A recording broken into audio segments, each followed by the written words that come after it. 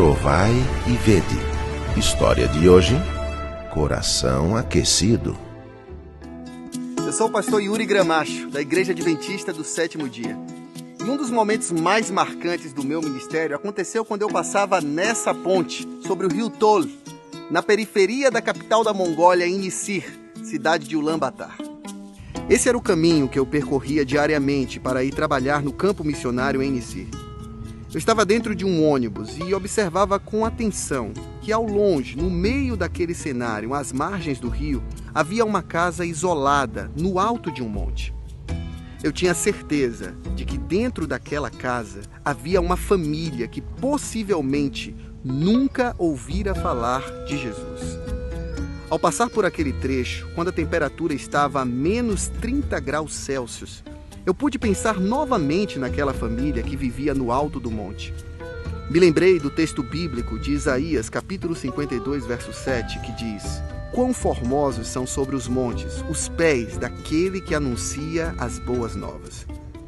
Eu me angustiava com o fato de que talvez não fosse possível levar a mensagem da volta de Jesus para aquela família. Os dias se passaram e, mesmo andando em várias oportunidades pela comunidade, não consegui encontrar aquele endereço, mas continuava intercedendo por aquela família em minhas orações.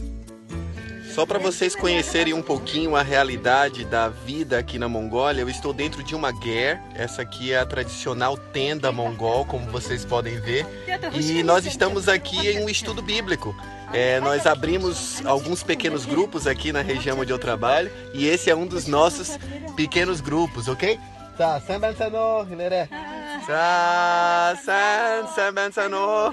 Nós iniciamos então uma campanha evangelística naquele lugar, promovendo atendimentos médicos gratuitos, cursos diversos como aulas de inglês, corte e costura e palestras sobre vários temas, incluindo o alcoolismo. Nós recebíamos uma média de 80 pessoas num pequeno galpão alugado. No meio daquelas pessoas, uma senhora de aproximadamente 80 anos se destacava por estar presente todas as noites do evangelismo, assentada logo na primeira fila. Os seus olhos brilhavam ao ouvir pela primeira vez em sua vida a história da cruz. Foi então que eu me aproximei dela, me apresentei e soube que se chamava Yandin. Dias depois, ela mesma me convidou para fazer-lhe uma visita em sua casa.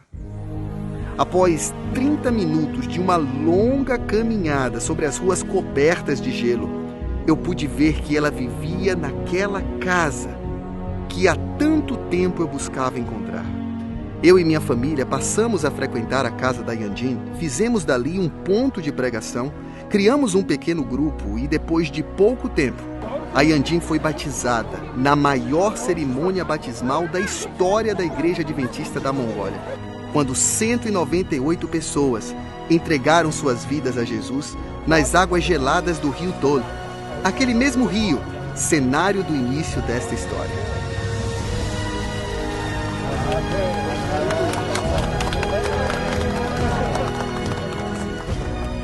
Meu querido irmão, minha querida irmã, as missões mundiais têm nos proporcionado histórias de milagres maravilhosas.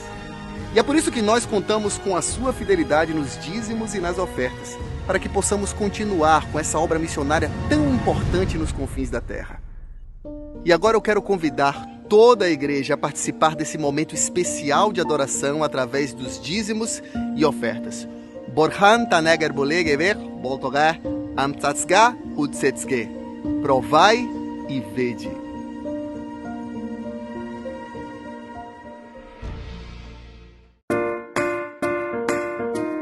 E aí, vô, não vai à igreja hoje? Eu estou gripado e decidi ficar em casa. Hoje eu vou assistir o culto pela internet. Já começa. O senhor tem certeza? Claro, filho. Eu já li a Bíblia e até já fiz minha adoração nos dízimos e ofertas. Como assim, vô? Fácil, pelo aplicativo ServeMe. Que aplicativo é esse? Depois dizem que os jovens é quem entende de tecnologia. Chega mais perto, vou te explicar.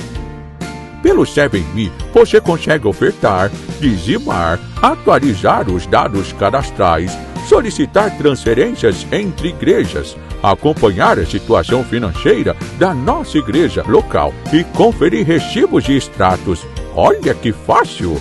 Você baixa o 7Me aqui na loja de aplicativos. Instala. Ao abri-lo, clica em cadastrar usuário. Aqui você coloca seu e-mail. Agora você vai receber um e-mail para ativar seu cadastro. Ativou o cadastro, volta no aplicativo. Entra com o usuário e senha. Pronto! Agora é só utilizar. Para dizimar e ofertar, eu clico aqui e faço minha adoração. Que legal, vô! Vou aproveitar para fazer esse cadastro a caminho da igreja. E no momento dos dízimos e ofertas, farei minha adoração pelo aplicativo. Vou lá, senão me atraso. Feliz sábado pro senhor. Vai com Deus, meu filho.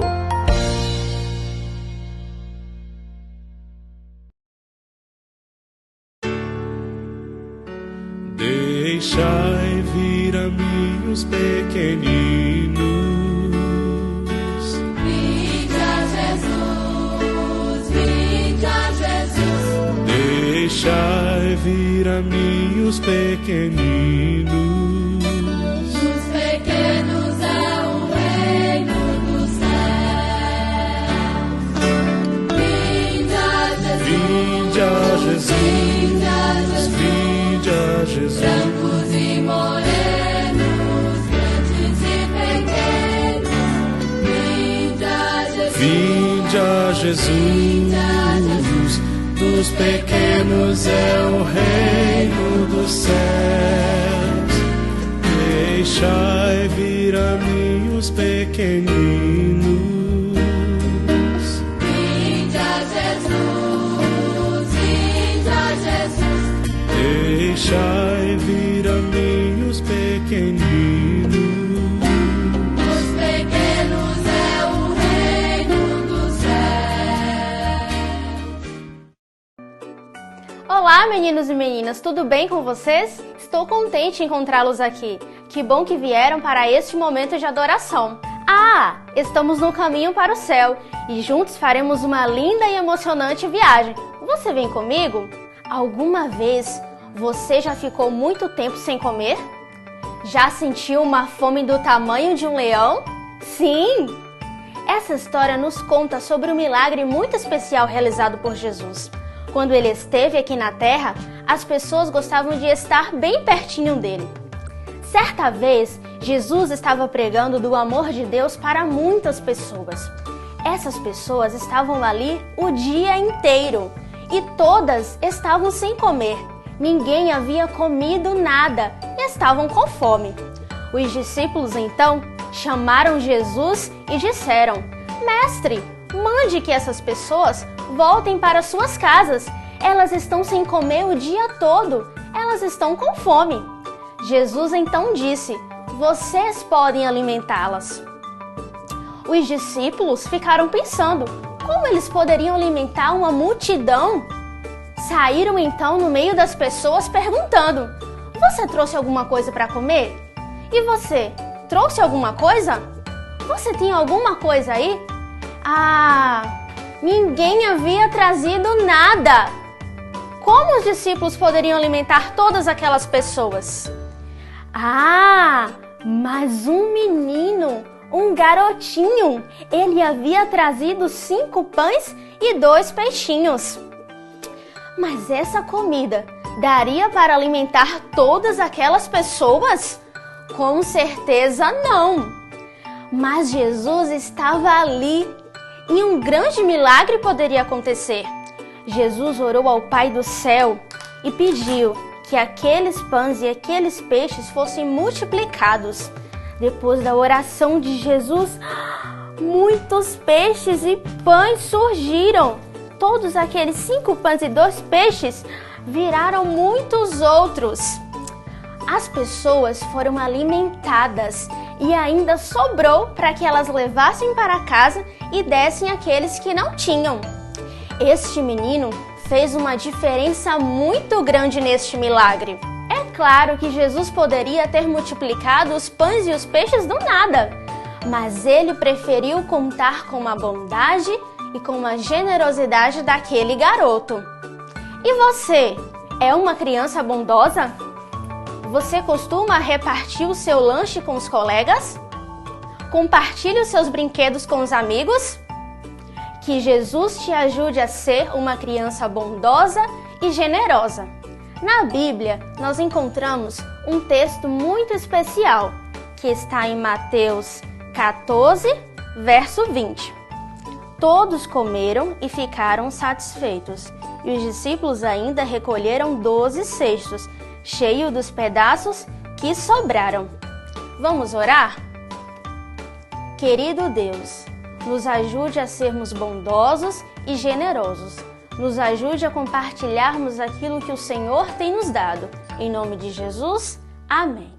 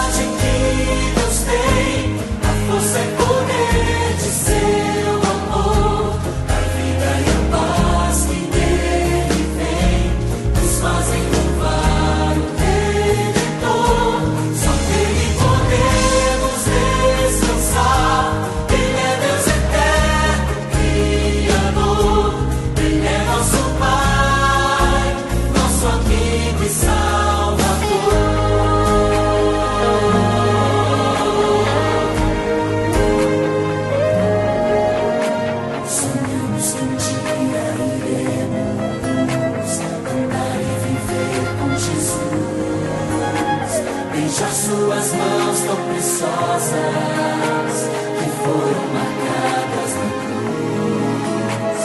Jesus vai voltar muito em breve, cumprir o que nos prometeu.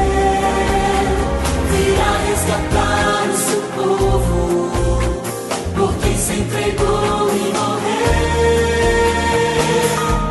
A eterna bondade que Deus tem, a força e poder do seu amor, a vida e a paz que Ele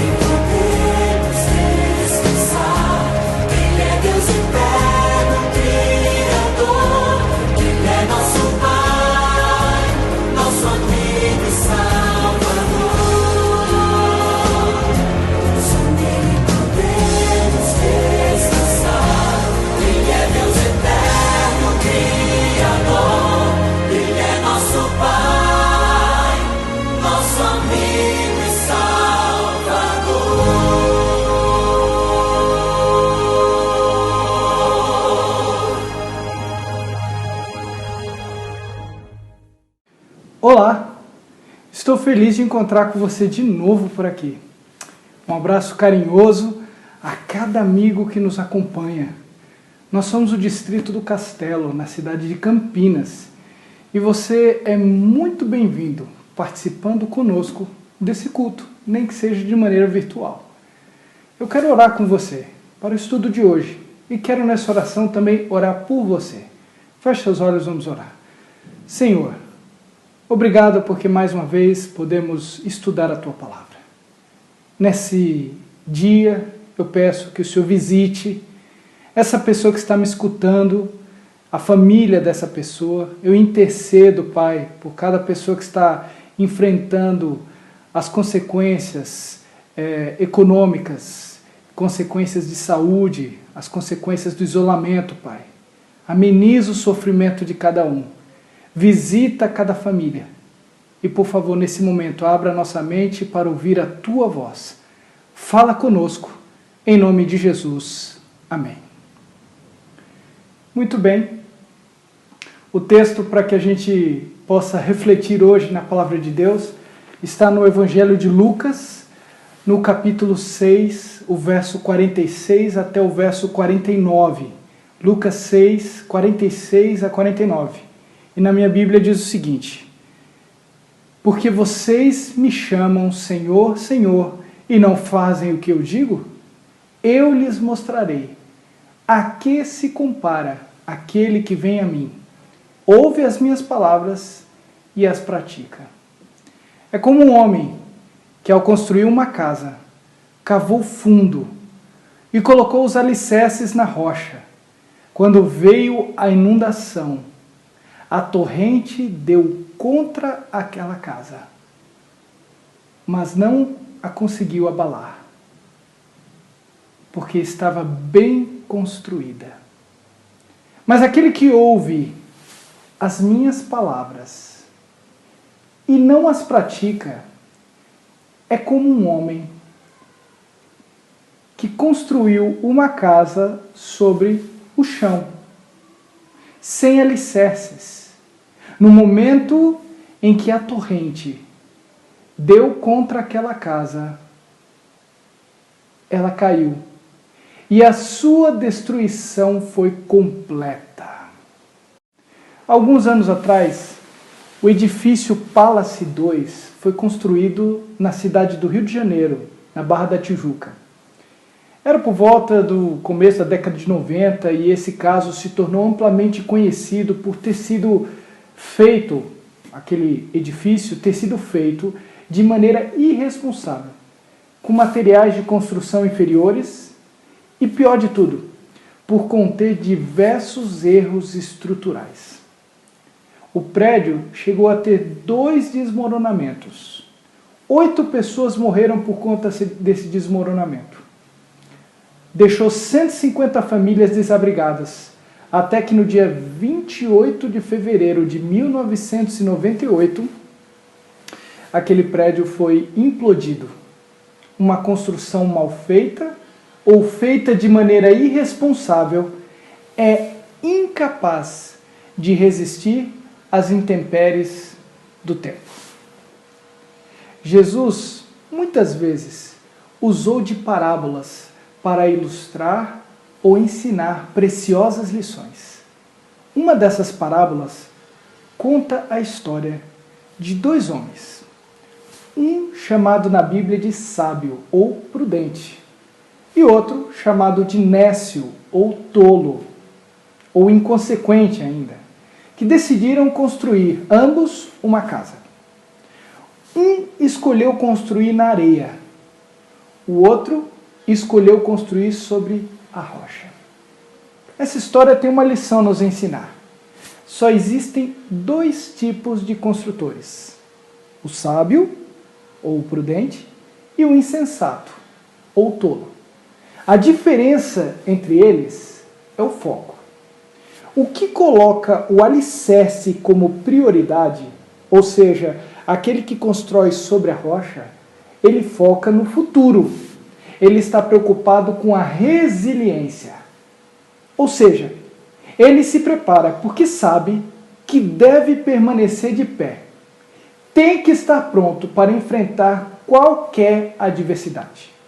Já o segundo, o nécio, o inconsequente, ele foca apenas no presente. Enquanto o tempo está bom, a casa na areia não oferece riscos. É o que nós chamamos de fé sazonal. Ela dura por uma estação, ela dura por um tempo, mas quando as coisas começam a ficar difíceis, quando o tempo fica difícil, ela simplesmente desmorona. Para um observador leigo, alguém que não entende de construção, ambas as casas pareciam iguais. Tirando o terreno em que foram construídas, podemos dizer que ambas as casas eram muito semelhantes. Quando Jesus contou essa parábola, Jesus estava querendo ilustrar a fé prática. Ou seja, ele queria mostrar que para ter uma experiência verdadeiramente real com Deus, é necessário que a nossa fé seja mais do que teoria. É necessário que a religião seja mais do que simplesmente falada. É necessário que o conhecimento de Deus seja mais do que meramente teórico. Jesus queria ensinar que é necessário que a nossa religião, que a nossa espiritualidade seja prática, aprofundada. Assim, quando Jesus contou essa parábola, ele deixou claro que simplesmente ouvir a sua voz, ouvir a sua palavra, não era suficiente se isso não fosse praticado. Essa diferença entre ouvir e praticar corresponderia ao tipo de terreno que a casa, que no caso desta parábola representa a nossa fé, seria estabelecida. O homem que constrói o alicerce na rocha, na descrição bíblica, ele cavou fundo. Podemos perceber que a grande diferença entre construir na areia ou na rocha diz respeito à facilidade ou dificuldade. É muito mais difícil cavar e colocar um alicerce na rocha do que na areia. Para estabelecer na rocha é necessário disciplina, zelo, perseverança. Tenho aprendido na minha vida que ter uma experiência profunda com Deus, para que a gente possa ter uma experiência profunda com Deus, é necessário que a gente esteja disposto a pagar um preço. Preço esse que muitos não estão dispostos a pagar nos dias de hoje. Isso porque em qualquer relacionamento, e entenda, quando se trata de religião, no final das contas, religião é relacionamento. O preço que se paga em qualquer relacionamento chama-se compromisso. Amar é de graça, mas manter o amor custa. Custa tempo, custa dinheiro, custa esforços, custa iniciativas. Olhe, por exemplo, para um relacionamento entre marido e esposa. É necessário, para que se mantenha um casamento feliz, que haja investimento. Investimento de tempo, que haja esforço, que haja o desejo de abrir mão do orgulho. São preços que a gente paga para manter o compromisso de continuar amando, para manter a chama do amor acesa. Não existe amor de verdade onde não existe o compromisso, o comprometimento, a disposição de pagar o preço de manter o relacionamento vivo. Compromisso custa. Se comprometer com Deus, ser cristão, é estar disposto a pagar o preço, custe o que custar. Em seguida, aparece um elemento fundamental na história: a tempestade. A tempestade, ela vem para o sábio e para o nécio. A tempestade, ela não escolhe personagem. A tempestade não vem apenas para aquele que não se preparou. A tempestade vem para os dois. A tempestade, ela vem porque ela tem um propósito importante na história. Ela aprova a construção. No final das contas, ela vem provar a escolha que foi feita na hora de construir a casa. Se pressupomos que a construção é a nossa fé prática, entendemos que a tempestade é a crise que vem para abalar a nossa fé, ou, na verdade, que vem para provar a nossa fé. Assim, não existe fé verdadeira se a fé não for provada. Já parou para pensar nisso? A crise no casamento vem para provar que tipo de compromisso você assumiu com seu cônjuge. A crise financeira, ela vem para você provar que tipo de compromisso você tem com o seu dinheiro. E no final das contas, se você é senhor ou servo do seu dinheiro. A crise na saúde vem para provar que tipo de escolhas tem permeado suas decisões em relação, por exemplo, ao estilo de vida, aos hábitos saudáveis que você tem escolhido viver ou não. No final das contas, cada crise vem para provar do que é feito o seu planejamento de vida. E no caso da tempestade, ela veio para provar que tipo de escolha foi feita na hora de construir a casa. Estamos diante de uma crise sem precedentes. Uma pandemia mundial. Essa crise veio também para provar a nossa fé. É fácil amar a Deus quando tudo é tranquilo.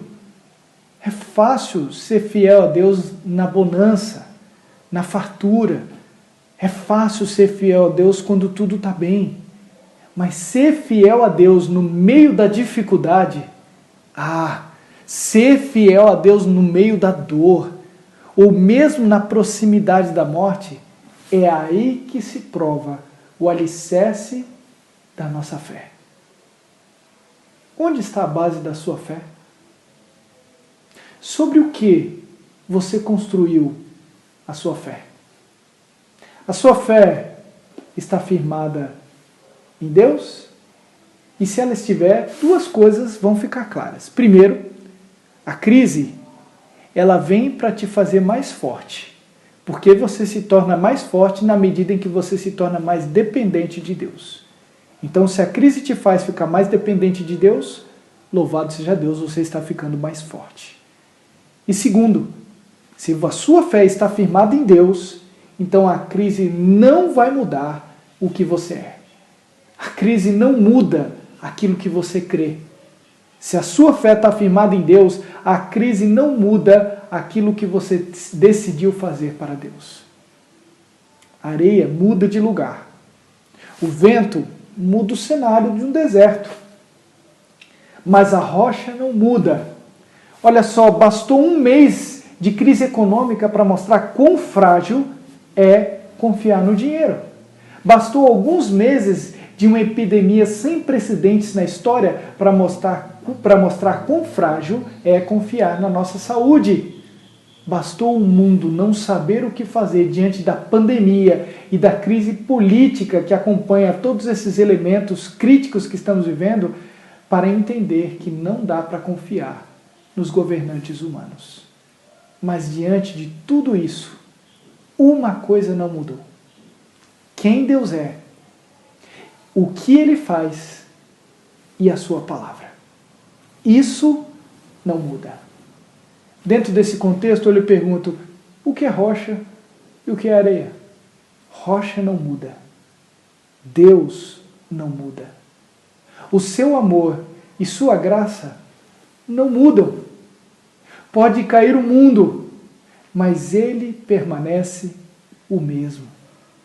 Será que tem alguma outra instituição humana, alguma outra entidade, alguma outra criatura em quem você possa colocar o alicerce da sua fé que não seja naquele que é o Senhor do universo, o Criador, o nosso Deus? Não se esqueça, a tempestade faz parte. A nossa fé ela é provada na tempestade. E a nossa fé precisa ser provada. Não somente provada, mas fortalecida. Então, mantenha a sua casa sustentada na rocha, porque quando tudo passar, ela vai continuar de pé. Mantenha a sua fé sustentada na rocha, porque quando tudo passar, ela vai continuar de pé. Conta essa história de que 3 jovens, a fim de entenderem melhor uma passagem bíblica, chegaram para o seu pastor e questionaram e perguntaram: pastor, nós lemos na Bíblia o conselho que diz: enchei-vos do Espírito Santo.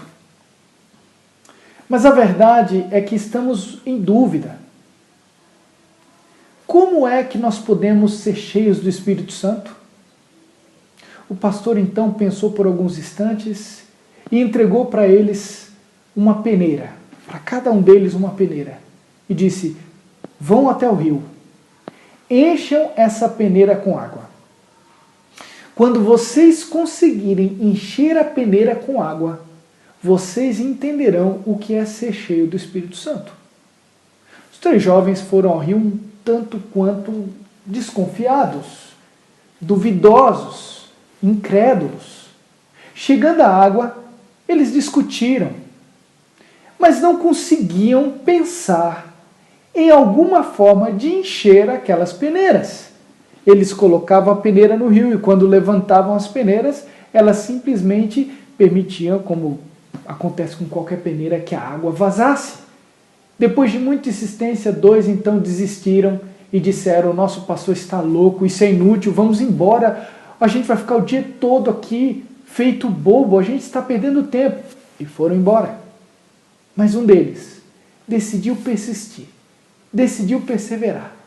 E depois de muito tempo tentando, ele percebeu que o pastor se aproximava daquele local. O pastor foi até aquele rio e encontrou aquele jovem resiliente.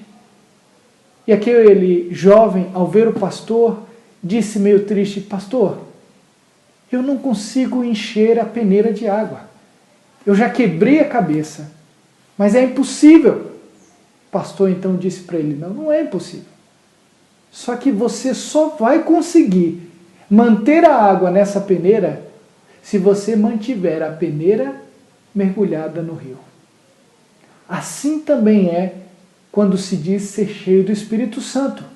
Só consegue ficar cheio do Espírito Santo se você permanece mergulhado nele. Só existe um caminho. E você precisa estar firmado nele. Não tem outra maneira de permanecer como Cristo sendo a sua base, o seu alicerce, se você não estiver mergulhado nele. Se ele for a base da sua vida, nenhuma crise poderá te abalar. Talvez nesse dia eu estou falando para alguém que tem colocado a sua confiança, a sua fé em qualquer outra coisa que não seja em Deus. Hoje eu quero fazer um apelo para você. Tudo passa, tudo muda, nada resiste, a não ser Deus e sua palavra. E se hoje você está procurando um lugar seguro para poder resistir, para poder passar por essa crise, eu quero lhe apresentar para aquele que é a rocha sobre a qual todos nós devemos construir a nossa casa, a nossa construção, o nosso lar e a nossa fé. Só em Jesus você vai ter a resiliência necessária para passar por todos os problemas sem que a crise venha abalar você. Então que tal hoje depositar a sua fé e a sua confiança naquele que é o único que não muda e que pode te ajudar a vencer? Eu vou orar por você. Senhor, nessa reflexão que fizemos aqui, esse teu filho, essa tua filha que me assistiu, ele foi, Senhor Deus, confrontado com a perspectiva de que precisa fazer alguma coisa em relação à base da sua fé. Eu quero aproveitar, Senhor Deus, esse momento para poder pedir que o Senhor impressione o coração desse teu filho, dessa tua filha, para fazer de Jesus a sua base, para colocar em Jesus o seu alicerce, para fazer, Senhor Deus, da rocha a base do seu lar e da sua família. Diante da crise que estamos passando, fortaleça a nossa fé em Ti. Se tem alguém que está fraco, dê força. Se tem alguém que está desanimado, anime. Se tem alguém que precisa de uma presença mais profunda de Ti, Senhor Deus, abra os olhos e o coração para esse teu filho e essa tua filha sentir a Tua presença aí onde ele está. Nos ajude, Senhor Deus, a não permitir que esta crise venha abalar a nossa fé. Fica conosco, toma a nossa vida em Tuas mãos e perdoa os nossos pecados, eu te peço em nome de Jesus. Amém.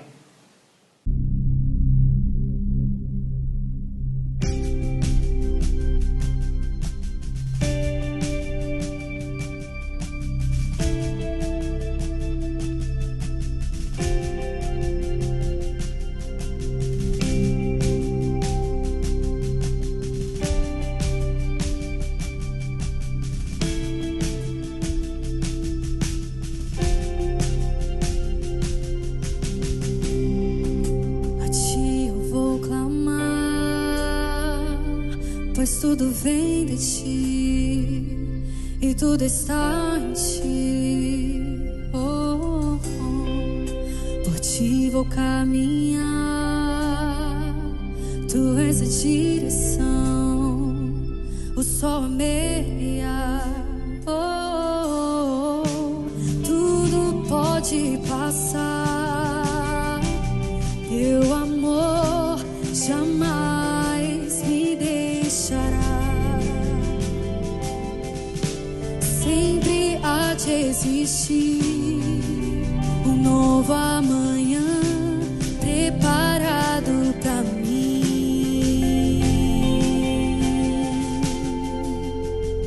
Eu me rendo aos Teus pés, és tudo que eu preciso pra viver. Eu me lanço aos Teus braços, onde encontro meu refúgio, Jesus.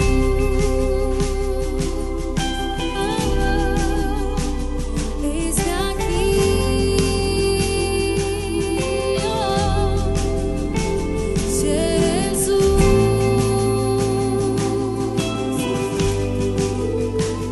Eis-me aqui.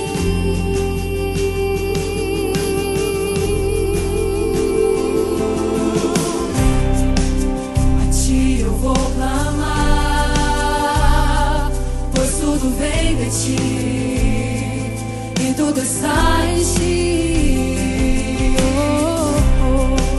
Por Ti vou caminhar, Tu és a direção, o sol a meia. Tudo pode passar, Teu amor jamais me deixará. Sempre há de existir